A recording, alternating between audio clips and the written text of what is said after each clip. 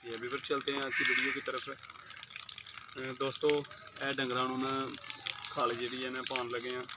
खल नूं पाउने इस वजह तो कि डंगर जिहड़े ने दुध शुद्ध जिहड़े दुध वाले डंगर उन्होंने तूड़ी के उत्ते गतावा करीदा। गतावा कहने असीं इहनूं तूड़ी दे विच रलाणा इहनूं इस तरह ते तकरीबन 10 मिनट दे विच जिहड़ा इहने वडेवियां दी खल है तैयार हो जानी है। पानी दे विच इहनूं सुੱਟ दित्ते दा ते हुण इहदा इंतजार करना पिया कि 10 मिनट दे विच जरा ना हो जाएगी गिल्ली हो के ते नरम हो जाएगी।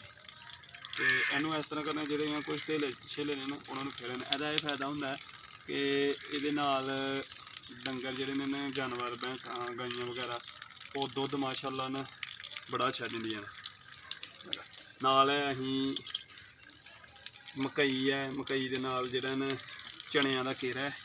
उस तो इलावा तीसरी चीज़ कणक गंदम का आटा है। ये तीन चीज़ा ने मिक्स की दी हैं। ये तीनों चीज़ों जो पानी के रला लेना। रला के तकरीबन को 10 to 15 मिनट जो इन्होंने रहन देना जोड़ा कि पानी के जज़ब होइए। फिर 15 to 20 मिनट तो बाद ना इनू असी गतावा कर देना।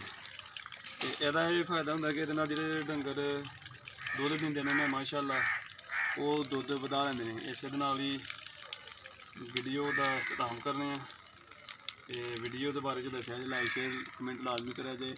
अल्लाह हाफिज़।